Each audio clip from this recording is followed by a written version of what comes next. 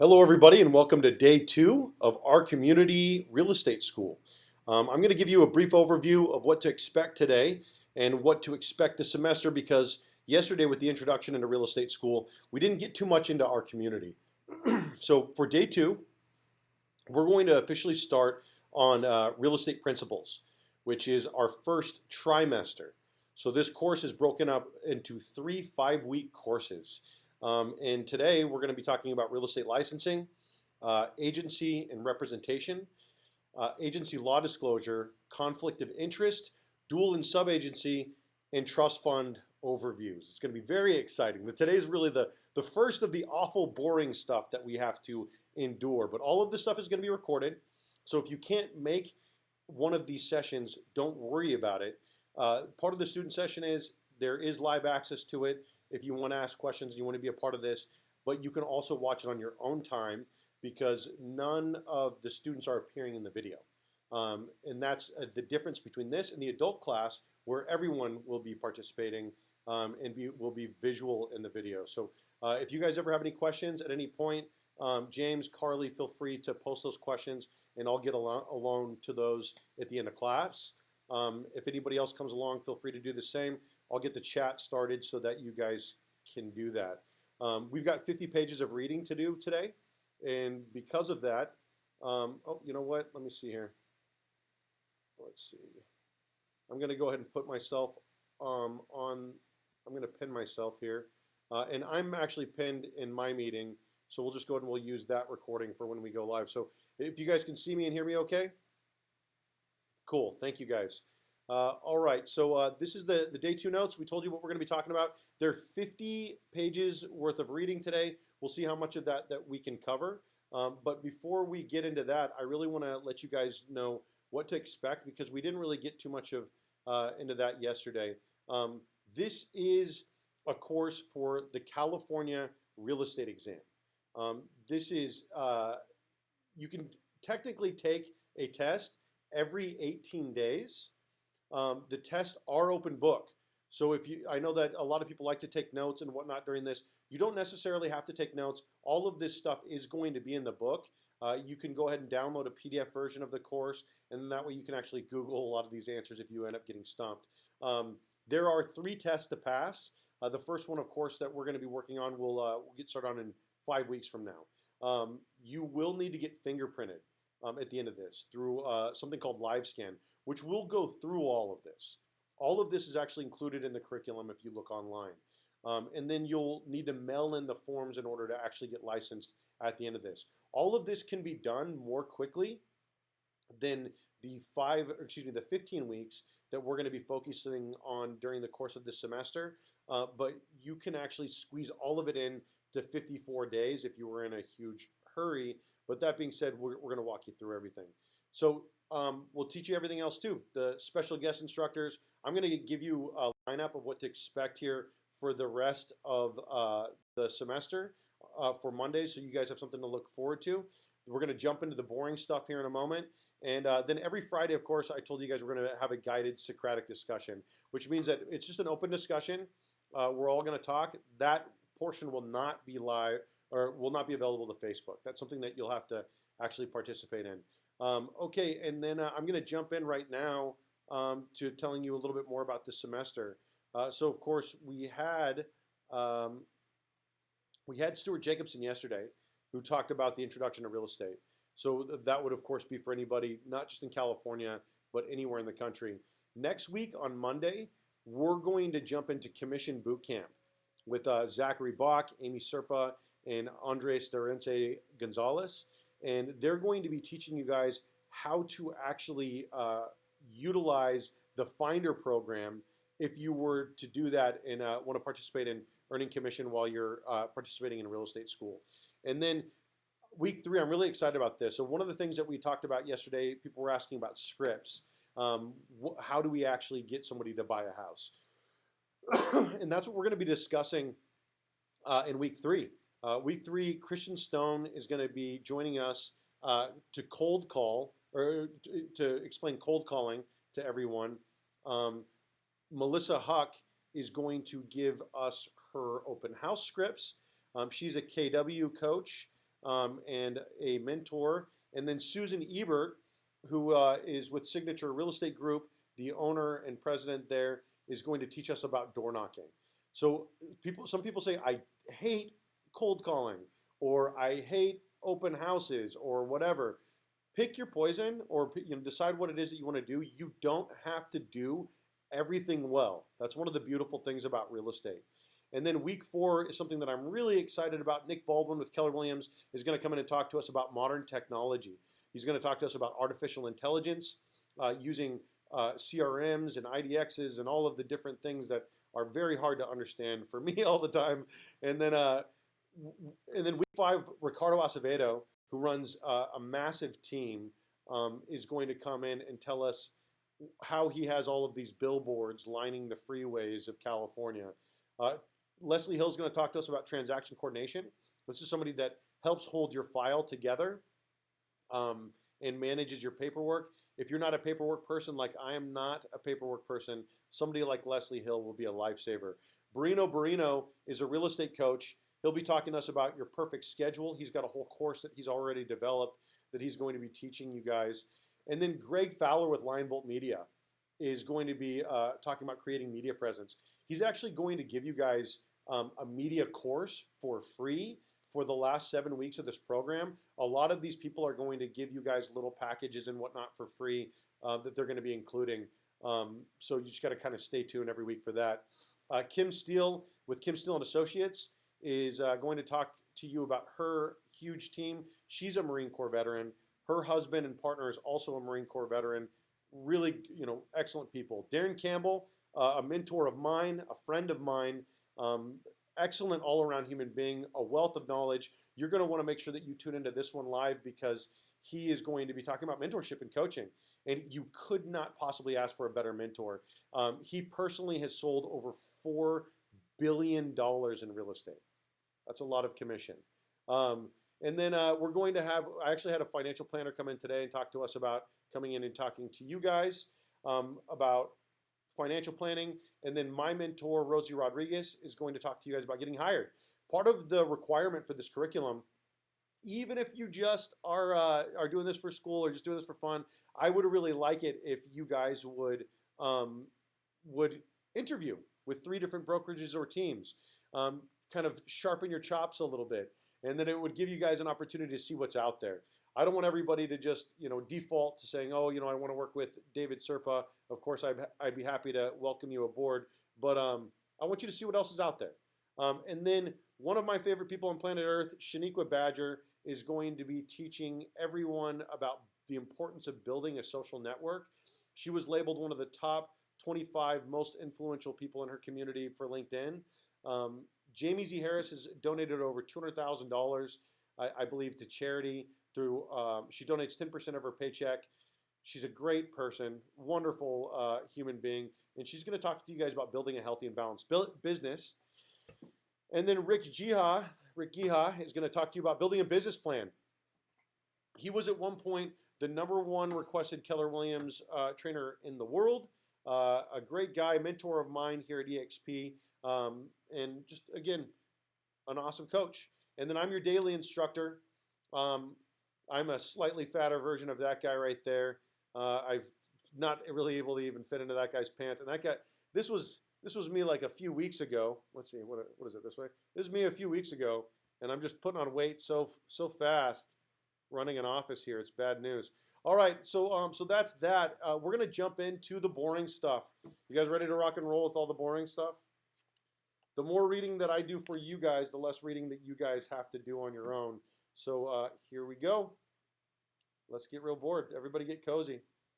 Here we go. So I'm not going to read a lot of this stuff in the blue because it's just going to tell you what you're going to learn, and then we're going to do it again anyway. So this is real estate licensing and endorsement. And all the key terms we're going to actually learn, so we're not going to talk about those every single time because it's a waste of time. DRE oversight. Real estate law is codified to protect the public in real estate transactions when a real estate licensee or subdivision is involved. The California legislature created the Department of Real Estate to oversee, regulate, administer, and enforce the real estate law. The DRE was formerly known as the California Bureau of Real Estate, or CalBRE, prior to 2018.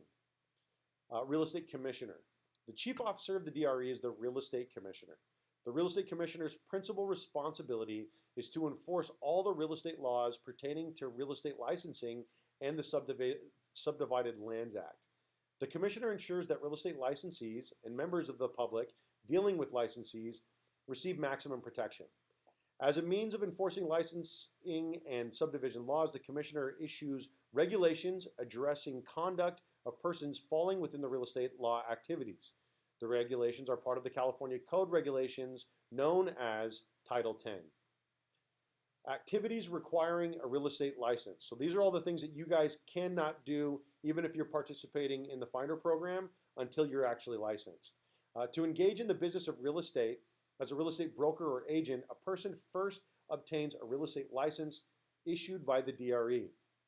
A real estate broker is a person who, for compensation or an expectation of compensation, engages in negotiating the sale, purchase, or exchange of real estate, leases, or business opportunities, soliciting listings, buyers or sellers, leasing or renting or offering to lease or rent property on behalf of an owner or tenant, collecting rent from a real estate or business opportunity, assisting in the purchase of or lease of property owned by the state or the federal government, negotiating real property sales, contracts, or mortgages to be secured directly or collaterally by real estate or business opportunities on behalf of lenders or borrowers, and negotiating the sale of purchase of a mobile home. So let's see here. A real estate agent is an individual who, for compensation or an expectation of compensation, is employed by a real estate broker to do one or more of the acts of a licensed broker. So my broker is EXP. That's basically the person that I hang my license as a licensed agent underneath. Real estate agents, like myself, are legally classified as agents of the agent, since they need to be employed by a real estate broker to render real estate related services to the public. This can be Keller Williams, First Team, Coldwell, Allison James, Signature Real Estate Group, et cetera, and so forth. The broker is just the group that you're working for. Agents render all services on behalf of the broker that employs them. Delegated supervision, not agency. A sales agent employed by a broker is the agent of the broker, not a client. In turn, the broker is the agent of the client. And then this is the website. This is where you would actually go to check on your e-licensing, check on your test, and actually submit for your license when the time comes. And then switch over your license and all of that good stuff. And that's at CalDRE, is CalDRE. Whatever CalDRE is. You can just look that up. As an agent or representing the broker, a real estate agent is authorized to prepare listings, sales documents, disclosure sheets, etc. on behalf of the broker. The agent does not do so on their own behalf. The broker employing agents is required under the DRE's supervisory scheme to reasonably supervise sales agents' activities. Reasonable supervision includes establishing policies, rules, procedures, and statements to review and manage transactions requiring a real estate license, documents having a material effect upon the rights of obligations of a party to the transaction, the filing, storage, and maintenance of documents, the handling of trust funds, advertisement of services that require a license, sales agent knowledge of anti-discrimination laws, and reports of the activities of the sales agents. To be eligible for a broker or agent license, the applicant needs to be at least 18 years of age. So that means if you guys are, you can participate in this licensing course. You're more than welcome to participate if you're 14, 15, 16 years old. Whatever it is that you want to do, you just cannot actually mail off for your license and become licensed until you become 18 years of age. You need to be honest and truthful. They hook you up to a lie detector test to make sure that you're being truthful. It's very scary. No, I'm just kidding. That's not true. Now I'm seeing all my text messages coming through, and I'm getting worried that somebody's going to text message something that's going to be bad news for me. All right, here we go. Maybe I should turn this on airplane mode. Actually, let's live dangerously. Let's just go ahead and keep the text messages coming in. So let's make the application on the proper form prescribed by the DRE. complete the mandatory education, and pass the qualifying exam. So there's the three qualifying exams that, or the three exams that you guys are going to take during the course of this test through First Tuesday Real Estate School or whatever real estate school that you're signed up with. And you're going to mail off these three exams along with your live scan, your fingerprinting, and your paperwork in to take your state exam. And we'll get there. And I'll give you all of the forms and everything that you need. In addition, all applicants need to be fingerprinted. Fingerprints are not required if the applicant is currently licensed by the DRE or holds a real estate license that expired less than 2 years ago. All statutory course requirements for both the agent and the broker license may be waived if the applicant is a member of the state bar. The individual broker license. Every real estate broker maintains a definite place of business which serves as an office. This right here is my office. The office is a place where the broker displays their license and where the consultations with clients are held. And quite honestly, for the first 5 years of my real estate career, I never met with somebody in my office. So that's just going to kind of depend on what you want to do. I was a big proponent of open houses. So that's really going to depend on you. Some people really love the office atmosphere. Some people do not. If you're around here in French Valley, it's kind of up to you if you want to come by and check this place out. If more than one place of business is maintained, the broker applies for and obtains additional license for each office branch. Qualifying for a broker's license. An agent who's held a real estate agent license for at least 2 years within the last 5 years may apply for a broker's license. A lot of people don't want to do this, but this is also open to you. Janice Lovendahl has done this. The agent is required to work on a full-time basis, at least 40 hours per week, as an agent during the 2-year time requirement. The DRE requires verification of the agent's employment using the employment verification form issued by the DRE. Exceptions to the agent employment requirement will be given to an applicant who has at least 2 years of general real estate experience or who has graduated with a real estate specific degree from a 4-year college or university. Experience qualifications. To qualify for the employment exemption based on experience, the broker applicant needs to file a written petition with the DRE setting forth the applicant's qualifications. The DRE considers the following activities conducted within the 5-year period immediately prior to the date of an applicant for the broker examination as qualification in lieu of employment as a sales agent, experience as an escrow or a title officer, experience as a mortgage officer directly related to the financing or conveying of property, experience as a subdivider, contractor, or speculative builder if the agent performed substantial duties relating to the purchase, finance, development, and sale or lease of real property. Other types of direct real estate related experience will be considered by the DRE if it satisfies the intent of the law. All broker applicants need to complete 8 statutory courses of 3 semester units or the quarter equivalent unless exempt. 5 of the 8 courses need to be in, and you guys are going to take 3 of these as a part of this: real estate practice, legal aspects of real estate appraisal, real estate finance, or real estate economics or accounting. The remaining 3 courses can be selected from any of the following: real estate principles, business law, property management, real estate office administration, escrows, mortgage brokering and lending, advancing legal aspects of real estate, common interest developments, advanced real estate finance, advanced real estate appraisal, or computer applications in real estate. The ones that we're going to cover in this course are real estate practice, legal aspects of real estate, and real estate principles. The 3 courses taken to meet the agent licensing requirements count towards the 8 courses a broker needs to complete. Thus, a licensed agent only needs to take 5 additional courses to qualify to take the broker exam. Taking the broker exam. On completion of the course requirements, the broker applicant applies to take the state broker licensing exam. The applicant has 2 years from the DRE receipt of the examination application to meet license and qualification requirements and take the exam. If the broker applicant fails the exam, they may apply for re-examination within 2 years after filing the examination application. No limit is placed on the number of times the applicant may take the exam. Okay, we're gonna, let's see, The DRE broker and the agent licensing examinations consist of 7 major areas of the real estate practice divided as follows. Property and ownership land. We're going to skip this part. This is, I feel like I'm just reading chapters for you guys, and that's so boring. So we're going to skip it. You're not going to be tested on any of that, probably. All right, moving on. Okay, agent license. An agent is an individual employed by a real estate broker to directly participate in brokerage activities on the broker's behalf. This is what you guys are working towards becoming.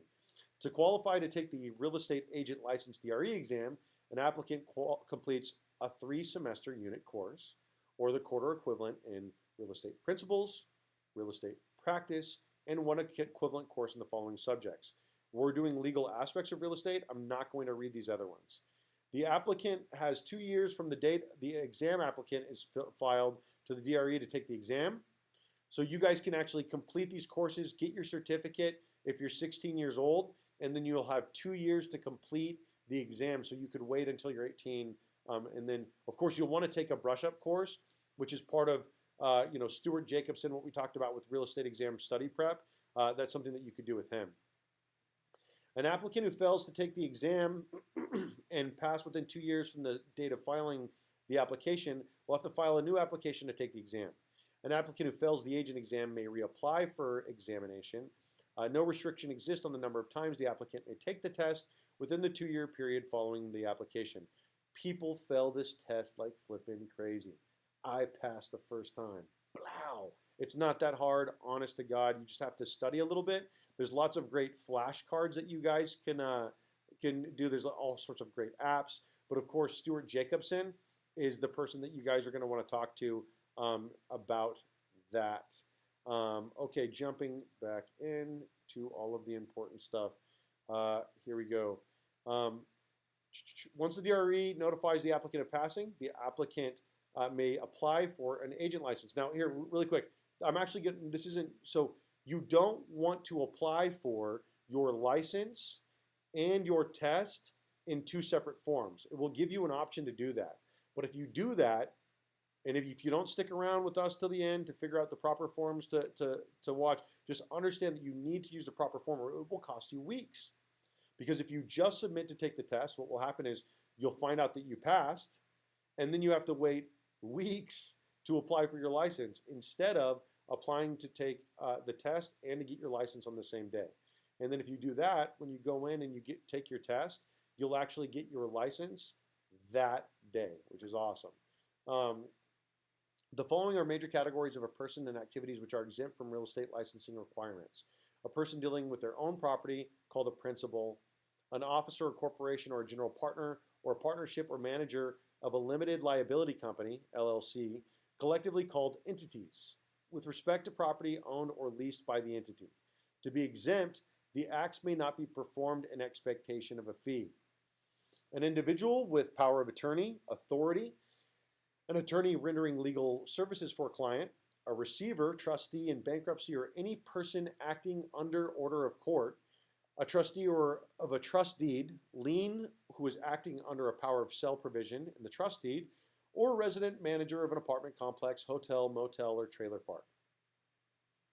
Also, exempt are individuals acting on behalf of others, such as unlicensed employees of real estate brokers who arrange, accept reservations or money for transient occupancy in vacation rentals, such as hotels, motels, residences, or clubs.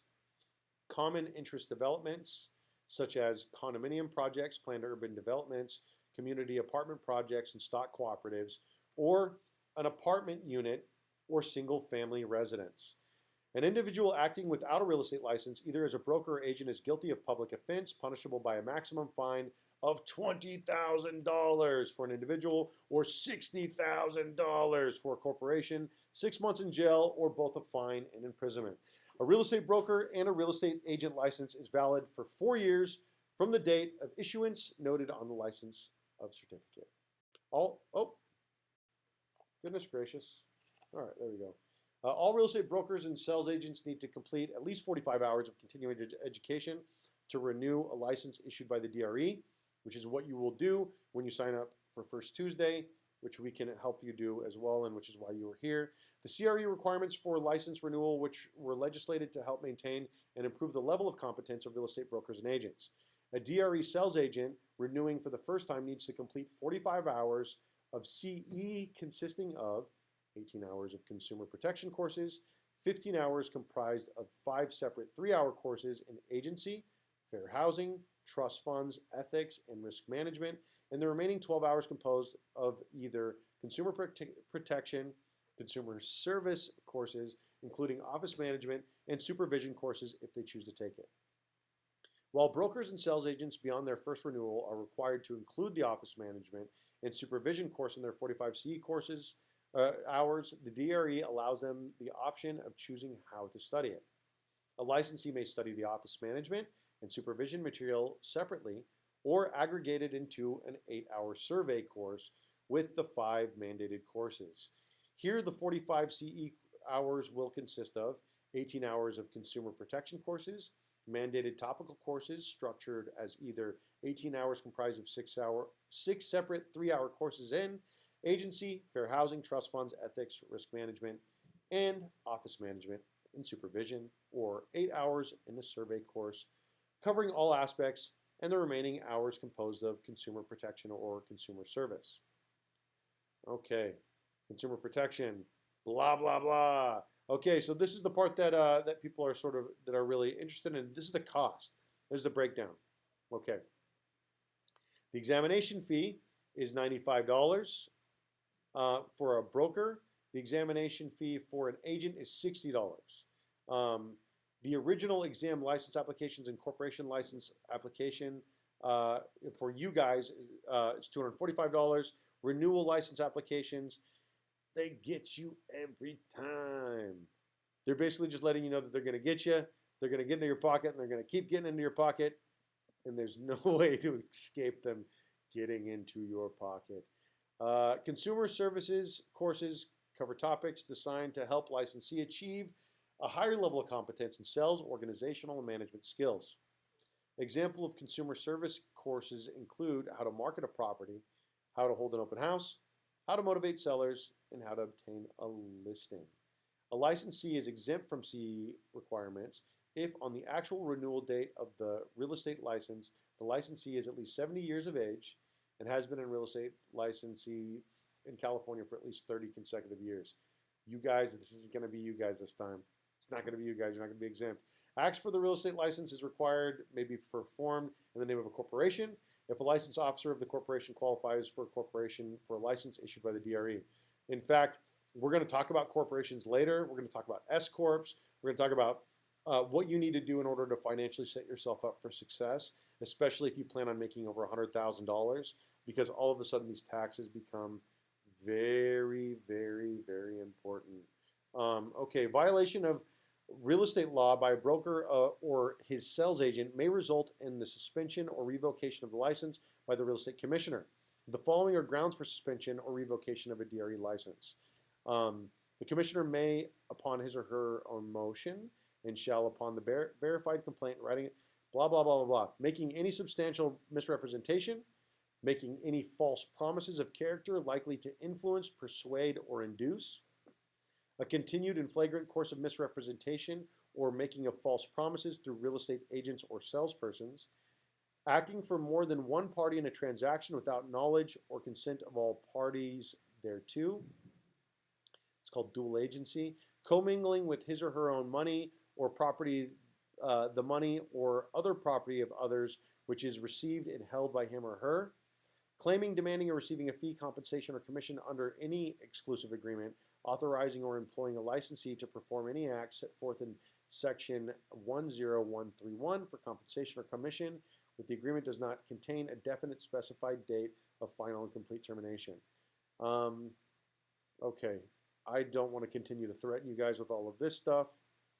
Again, if you guys want to look at this a little bit more later, feel free, but those sort of things are not really going to show up on the test, and that's why I'm moving past it. It's not that we've got 51 pages to read.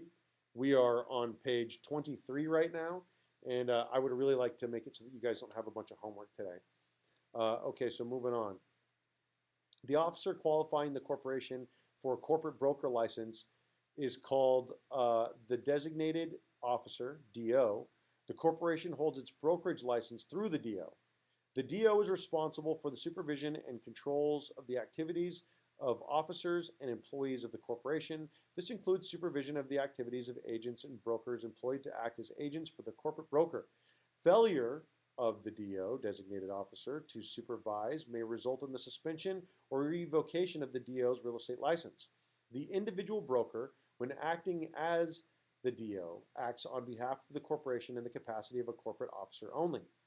The individual who is the DO may also become an employee of the corporation and act as an agent of the corporation rendering services to the corporation's clients. The DO is liable to the corporation for any failure to supervise agents. However, the DO is not liable to corporate clients for breaching their duty to supervise agents. This supervision is duty owed to their employer, the corporation, and the DRE, who entrusted them as a designated officer. A licensee may use a fictitious business name in any activity for which a real estate license is required if the license is issued under the fictitious name. So for example, I've ran the David Serpa Homes team at one point. I ran the Homes team. Right now I run a company called Our Community, and I transact as Our Community powered by EXP. So what happens is I get a DBE, fictitious business name. I file all the proper paperwork, which quite honestly, I just hire somebody to file all the proper paperwork. And then that gives me an opportunity to use certain fictitious business names in order to do business. And a lot of you guys will probably end up doing the same thing. A fictitious business name license will only be granted to a broker who has complied with filing requirements for a fictitious business name, also known as a DBA, doing business as. The DRE will refuse to issue a license under a fictitious business name when the name is misleading or would constitute false advertisement, implies a partnership or corporation exists when one does not, includes the name of a real estate agent, violates California Business and Professions Code on fictitious business name requirements, or is the name formerly used by a licensee whose license has been revoked. Mineral oil and gas. The real estate broker and agent may solicit and negotiate for the purchase, lease, or exchange of mineral oil and gas property. The licensee may also arrange or negotiate and service loans on mineral oil and gas property. Finally, the licensee may rent mineral oil and gas property and collect the rents or royalties from the mineral oil and gas property. Child support obligations. The DRE cannot issue or renew a real estate license if the applicant is on a list of persons not in compliance with child support orders provided by the State Department. Oh, just one second, let me reconnect it here. Come on now. All right, looks like hold up guys, one second here. For some reason, this guy decided that it wanted to stop working on me, so I'm gonna refresh it here and we'll jump right back into the course. Hopefully. Let's go iPhone. They're like, hey, listen, this is getting really boring, and just for the sake of all parties, we're going to go ahead and shut this thing down. No such luck. The abuse will continue. All right, here we go. We're right back into the boring stuff. Here we go. Child support obligations. So they're basically, you got to get right with your baby mama, your baby daddy, if you're going to continue to practice in real estate. However, the DRE may issue a 150-day temporary license to an otherwise qualified applicant who is on the list of a person's neglecting child support. Only one 150-day license will be issued, and a 4-year license cannot be issued until a release is obtained from the district attorney's office. The State Department of Social Services, so we're going to keep going because I don't think any of you guys owe child support. So the big thing to know here is that one 150-day is granted. You cannot get a 4-year until it's cleared with the district attorney. And The DRE commissioner will not issue a license or reinstate a suspended license until the $95 is paid. A business opportunity. A business opportunity is a sell or lease of operations and goodwill of an existing business enterprise or opportunity. Common types of business opportunities include liquor stores, gas stations, and restaurants. The arranging of a, really quick here, I wanted to make sure that we didn't have anything in the chat, and I was hoping that there was going to be a question because I'm falling asleep. No, I'm just kidding. No, it's better not to get sidetracked. Here we go. All right, everybody just give me a no. All right. Oh, more clients, more escrows closing. Hopefully that wasn't too personal. I'm going to have to set this thing on airplane mode, unfortunately, next time. Moving on. The arranging for a sell or purchase of a business opportunity is governed by the DRE to receive a fee for the sale of a business opportunity. This is commercial real estate. It is necessary to hold a real estate license unless the person receiving the fee is licensed as a security broker or a dealer by the California or the United States. The sale of a business opportunity consists of two transactions. The sale of the business, including the inventory, trade fixtures, and goodwill, and the sale of real property itself, whether a fee or leasehold interest, including the building and land. I don't do any commercial real estate. I don't know anything about commercial real estate. I always refer everything out to the people in the office that work commercial real estate. You tend to see a lot of people that either work, residential real estate, which is what I do, or commercial. You don't see a lot of people who are switch hitters that can do both and do both. But Christian Tikas, my partner, is one of them. Janice Levendahl knows a thing or two about a thing or two, and but I'm not one of those people.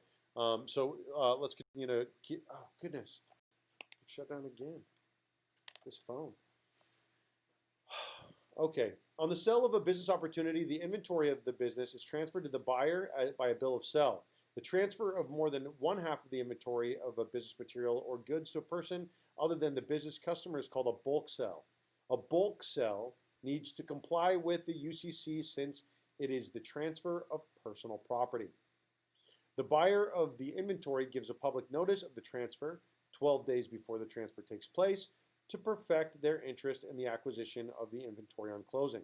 Mobile home sales, which I do as well. Mobile homes have a unique legal status, being either real estate or personal property.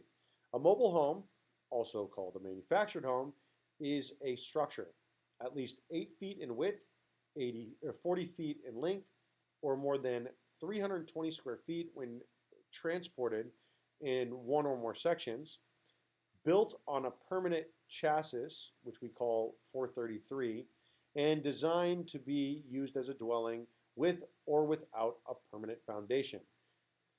A mobile home that meets the requirement and is attached to a permanent foundation is no longer considered personal property, but real estate, since it is a permanent fixture or an improvement to real estate. The broker handling the sale of a mobile home that is considered real estate conducts himself as though they are handling the sale of real estate. The rules for buying, selling, registering, and encumbering mobile homes that are not considered real property differ from the rules for real estate sales. The government agency responsible for the registration of the mobile home, the California Department of Housing and Community Development, mobile homes are registered with the HCD unless the mobile home is considered real estate. When a new mobile home is first purchased, it is registered on a form provided by the HCD, referred to as original registration of the mobile home. At the time of the original registration of the mobile home, the HCD creates a permanent title record for the mobile home. The Real Estate Recovery Fund. And by the way, for those of you that work with veterans, FHA, we're able to work with them when they find it on a permanent foundation, whereas we're not able to work in the acquisition of personal property using these government-backed loans. Real Estate Recovery Fund. The Real Estate Recovery Fund, also known as the Consumer Recovery Account, is available to individuals who have obtained a final court judgment against the real estate licensee for losses caused while acting as an agent and are unable to recover the judgment from the licensee. The judgment needs to be based on fraud, misrepresentation, or deceit, conversion of trust funds, or criminal restitution. For cause of action, which occurred on or January 1st of 2009, The threshold is $50,000 for one transaction and $250,000 for any one licensee. A licensee's license will be suspended and will not be reinstated until the licensee repays any amount paid from the real estate recovery fund to satisfy a judgment against them. Licensees who make or arrange residential mortgage are required to obtain a DRE, Mortgage Loan Originator License endorsement. A residential mortgage is any loan primarily for personal, family, or household use, known as a consumer purpose mortgage, secured by a deed of trust on a dwelling. Dwellings include 1 to 4 unit residential properties, mobile homes, and trailers or houseboats if they are used as residences. In order for a transaction to trigger the DRE, MLO license endorsement requirement, it needs to meet both the prongs of the residential mortgage definition, a consumer purpose, and security in the form of a dwelling. Thus, whether or not a DRE MLO license endorsement is required depends on the purpose of the mortgage, not just the property securing it. Mortgages for personal and household purposes, when secured by a dwelling, are consumer purpose mortgages and trigger the endorsement requirement. On the other hand, loans made for businesses, investments, or agricultural purposes, whether or not secured by a dwelling, are not made for consumer purpose and do not trigger the endorsement requirement. To become DRE endorsed as an MLO, a licensee needs to complete the national and state California specific mortgage broker examination, submit MLO licensee endorsement application through the nationwide mortgage licensee system and registry, complete and supply a criminal background check, including fingerprinting to the NMLS, complete 20 hours of pre-license education, and provide authorization for the NMLS to obtain a credit report to the licensee. The NMLS is an offshoot of the larger regulatory scheme known as the Secure and Fair Enforcement Mortgage Licensing Act, or SAFE. To keep their DRE endorsement, MLOs need to meet minimum licensing endorsement standards, pay the yearly renewal fee, and complete a minimum of 8 hours of continuing education annually, including 3 hours of federal laws and regulations, 2 hours of ethics, including instruction on fraud, consumer protection, and fair lending issues, and 2 hours on lending standards for non-traditional mortgages. Now, so that's chapter 1. Chapter 1 is in the books. Blam-a-lam. Now, for those of you that are brain dumping all of this as it comes up, that is okay. You're going to brain dump this stuff. Like I said, these tests are open book. And then after you get done with these 3 tests and you mail off to take your state exam, that is not open book, but you're going to take a refresher with somebody beforehand. Jumping into chapter 2, we got 30 more pages and about 12 more minutes of reading. Do you think we're going to make it, guys? I appreciate your optimism. All right, we're going. Agency authority to represent others. We're skipping the learning objectives. Introduction to agency. An agent is described as one who is authorized to act for or in place of another, a representative. An agency relationship exists between principal and agent, employer and employee. The Department of Real Estate was created to oversee licensing and police a minimum level of professional competency for individuals desiring to represent others as real estate agents. This mandate is pursued through the education of individuals seeking an original broker or salesperson license. It is also pursued on the renewal of an existing license known as continuing education. The education is offered in the private-public sectors under government certification. Agency and real estate related transactions include relationships between brokers and members of the public, clients or third parties, licensed sales agents and their brokers, and finders and their brokers or principals. If you decide to participate in the finder program, that's you guys. The extent of representation owed to a client by the broker and their agents depends on the scope of authority the client gives the broker. You guys will make 25%. Finders that are participating in this program make 25% commission of the total commission.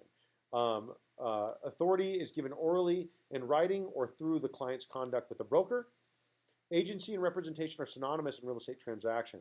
A broker, by accepting an exclusive employment from a client, undertakes the task of aggressively using due diligence to represent the client and attain their objectives. Alternatively, an open listing only imposes a best efforts standard of representation until a match is located and negotiations begin, which impose the due diligence standard for the duration of negotiations. Well, what is an agent? An agent is an individual or corporation who represents another, called the principal, in dealings with third persons. This is what you guys are studying to become. Thus, a principal can never be their own agent. A principal acts for their own account, not on behalf of another. The representation of others undertaken by a real estate broker is called an agency. Three parties are referred to in agency law: a principal, an agent, and third persons. In real estate transactions, the agent is the real estate broker retained to represent a client for the purposes hired. The principal, and these are things that are important to know. The principal is the client, such as a seller, buyer, landlord, tenant, lender, or borrower who has retained a broker to sell or lease property, locate a buyer or tenant, or arrange a real estate loan with other persons, and third persons are individuals or associations, corporations, limited partnerships, and limited liability companies other than the broker's client with whom the broker has contact. Stinker, come on now. There we go. Third persons are individuals or associations, limited partnerships, and limited liability companies other than, I'm just going to keep going and just see if it would, I need to figure out why this is doing this. I'm sorry about that, guys. That certainly should not be something that we have to deal with all semester. Third persons are individuals or associations, corporations, limited partnerships, or limited liability companies other than the broker's client with whom the broker has contact as an agent acting on behalf of their client. Real estate jargon. Real estate jargon used by brokers and agents tends to create confusion among the public. When the jargon is used in legislative schemes, it adds statutory chaos, academic discussion, and consultation among brokers and agents over the duties of the real estate licensee. For example, the words real estate agents, as used in the brokerage industry, mean a real estate salesperson employed by and representing a real estate broker. Interestingly, real estate salespersons rarely refer to themselves as sales agents. A broker never does. Instead, they frequently call themselves broker associates or realtors, especially if they are affiliated with the local trade union. The public calls licensees realtors, the general term for trade, much like the term Kleenex. Legally, a client's real estate agent is defined as a real estate broker who undertakes the representation of a client in a real estate transaction. Thus, a salesperson is legally an agent of the agent. The word subagency suffers from even greater contrast. Subagency serves both as jargon for fee-splitting agreements between multiple listing service, MLS, member brokers in some areas of the state, and a legal principle for the authorization given to the third broker by the seller's broker or buyer's agent to also act as an agent on behalf of the client, sometimes called a broker-to-broker arrangement. Fundamental to real estate agency are primary duties. A broker and their agent owe the principal. These duties are distinct from the general duties owed by brokers and agents to all other parties involved in a transaction. Primary duties owed to a client in a real estate transaction include a due diligence investigation into the subject property, evaluating the financial impact of the proposed transaction, advising on the legal consequences of the legal documents. Darn it. Sorry, guys. My wife is at home. She's texting all of our clients right now. That's literally everything that you're seeing is my wife and my client and our clients texting back and forth. So I apologize. It's part of, I'm also a practicing real estate agent. I'm trying to pass along this information while also running a business. So that's what you're seeing here in the background. Advising on the legal consequences of documents which affect the client, considering the tax aspects of the transfer, and reviewing the suitability of the client's exposure to a risk of loss. To care for and protect both their clients and themselves, all real estate licensees are to know the scope of authority given to them by the employment agreement, document the agency tasks undertaken, and possess sufficient knowledge, ability, and determination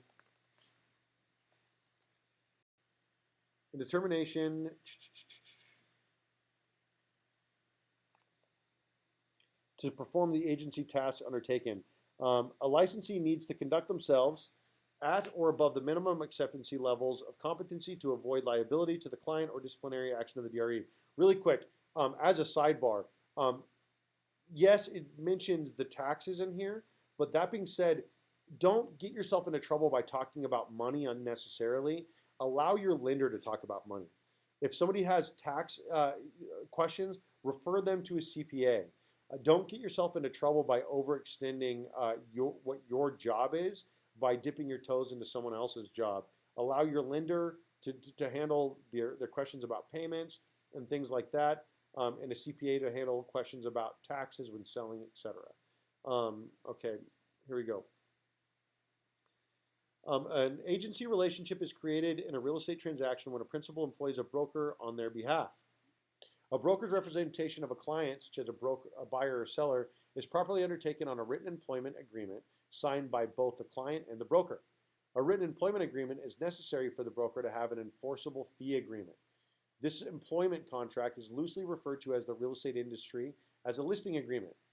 The broker's agency can also be created by an oral agreement or conduct the client with a broker or other individuals. However, fee arrangements are unenforceable if no written agreement exists. Now, let me tell you this. When I opened 7 escrows in my second month in real estate, I literally had no idea how to write a contract. No one had ever taught me how to write a contract. So don't let not knowing how to write a contract prevent you from transacting in real estate when you could surround yourself with people who are absolute professionals who can handle your paperwork for you. Get proficient enough to be able to swim in the pool without drowning, and then focus on what you're really good at, right? Okay, so chapter 3, and we've got 16 more pages in 4 minutes. I don't know if we're going to make it. Here we go. Let's give it a shot. As a result of a licensee misconceptions about the duties they owe to members of the public and the public's lack of awareness, the California legislature enacted the agency disclosure law. The goal is to better inform the public and licensees in an effort to eliminate some of these deficiencies. The real estate agency disclosure law addresses 2 separate sets of agency-related matters on real estate transactions.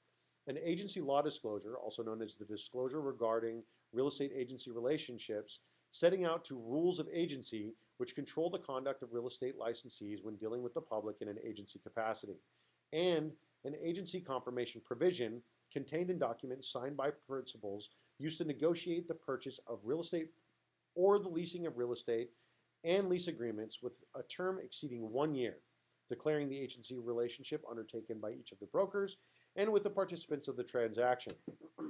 In creating an agency scheme, the California legislature established uniform real estate terminology and brokerage conduct covering targeted transactions as specified later in this chapter. The real estate agency disclosure law previously applied only to 1 to 4 unit residential sales and leases for greater than 1 year. It has since been expanded to include more diverse types of property. Thus, the agency law disclosure needs to be presented to all parties when listing, selling, buying, exchanging, or leasing for a term greater than 1 year.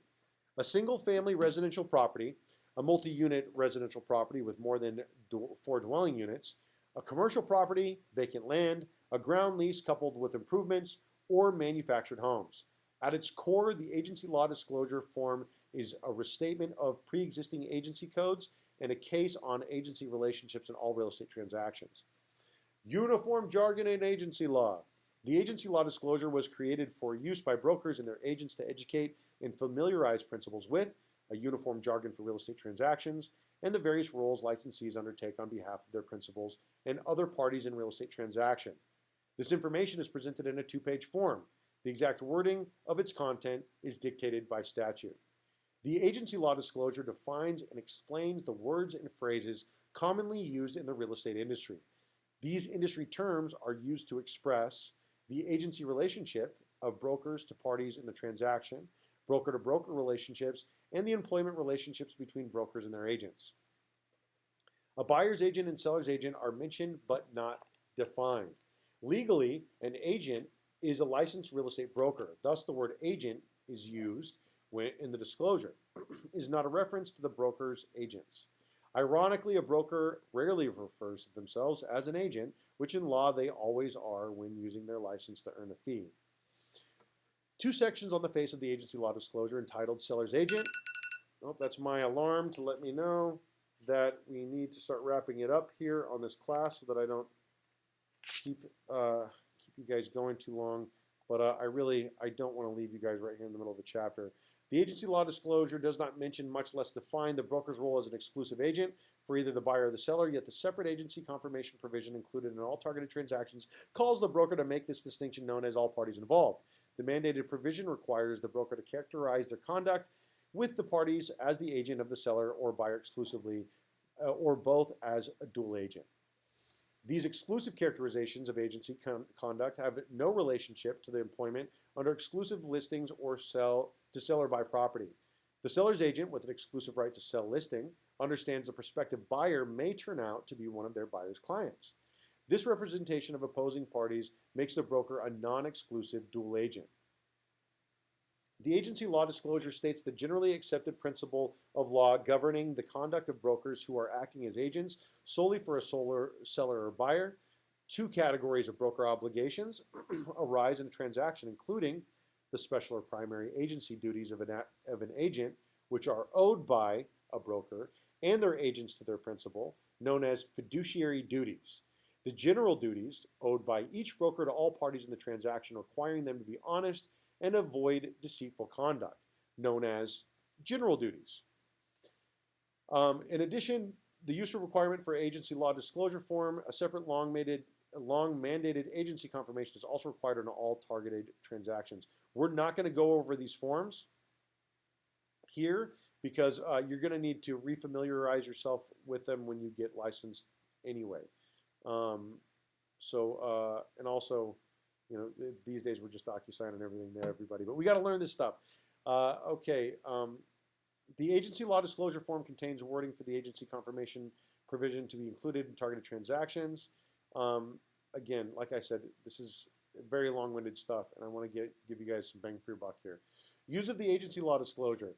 The agency law disclosure needs to be presented to all parties in targeted transaction. However, not all transactions are targeted.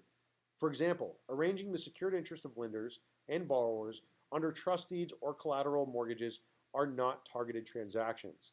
The sale, exchange, or creation of interest in transactions targeted by the agency disclosure law includes transfers of fee simple estates in real estate or registered ownerships for mobile homes, life estates, existing leaseholds with more than 1 year remaining, such as ground leases, multi-unit residential with more than 4 dwelling units, and leasing created for more than 1 year.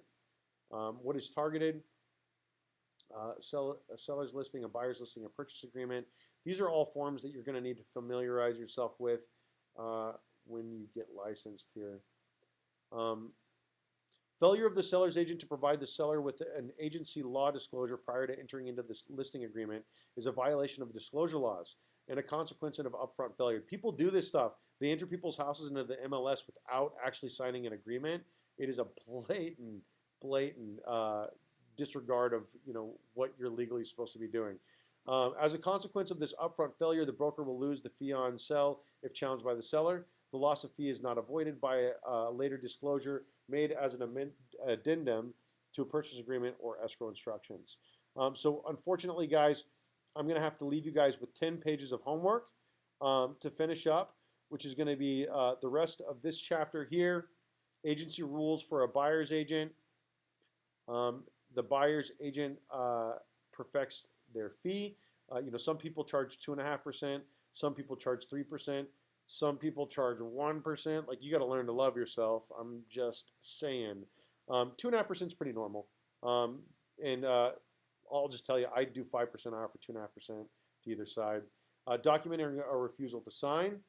What to do if people will not sign their paperwork. And then conflict of interest. So you guys are going to need to read this chapter on your own. I think this is the last chapter. You'll have to read on your own. Again, showing properties in Laguna Hills. Don't be a hater. I'm going to have to do this stuff. I'm going to have to work. I'm going to squeeze it all in. All right. So this person that's texting me right now, I served in Afghanistan with this man. He is now a registered nurse, and he is engaged to another registered nurse, and he is a brother of mine, served in the Marine Corps with me. And he called me years ago, and he said that he wanted to buy a house, and he was in school living with several other guys, all going to school using their GI Bill, and I told him, you can't buy a house right now, my brother. You've got to. Who has a job?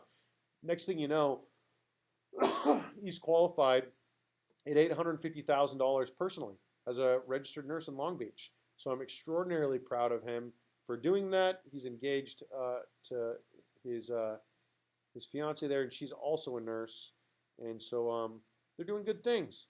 And so we get a lot of great opportunities in this business to help people like that come back into our lives. So you're going to read the conflict of interest. A relative owns the property sold, acting as the principal on a property, and that's that. So really, if you guys just read those 10 pages, you'll be good to go. And like I said, it's open book. So am I going to hold you accountable for not reading those pages? Absolutely not. Do you guys have access to the books yet? Yes or no? No? Okay. That's okay. You guys don't need to have access to the books. If you guys decide that you want to log on to calpaces.com and get that set up, feel free to do so. The discount code is 6106, which will give you the 30% off. But if you just stick around for the first 3 weeks like you guys have already done, we will be happy to pay that for you guys so that you don't need to dip into your pocket there. We want to help everyone get licensed here. So I'm going to check the chat. When can you register for the state exam? You can register for the state exam after you have taken all three of your certificates, all three of your tests: real estate principles, real estate practice, and real estate law, which we're taking here. You could, as soon as you can do that is, once every 18 days you can take a test. We do it once every 5 weeks, and then at the end of the semester you guys can actually mail off. Are you guys over 18 or are you guys under 18?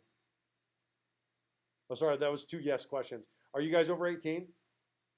Yes? Okay, so you guys are both in a situation to where if you wanted to, you can actually participate in the Finder program and start earning commission while you're learning, but you will need to be enrolled in the real estate school in order to start doing that. And you can actually start earning commission before you even get set up with and pass your exam. Where can I find this book? So you can log on to calpaces.com. It's calpaces.com, and I'll just go and I'll put that in the chat. Calpaces.com, and when you go to Calpaces, put in the code on the far left 6106, which will get you 33% off. The minimum amount to get the digital books is $102.55. You don't have to. You guys don't have to sign up right now. We can do this in 3 weeks. Well, I will read you most of it. But if you want to sign up and you want to get ahead and you also want to have an opportunity to start earning commission, it would be good to go ahead and get signed up. And then you could participate in our commission boot camp, which starts on January 25th and runs every day at 10 o'clock. So it's calpaces.com. Let's see here. Where can I get involved with the Finders program?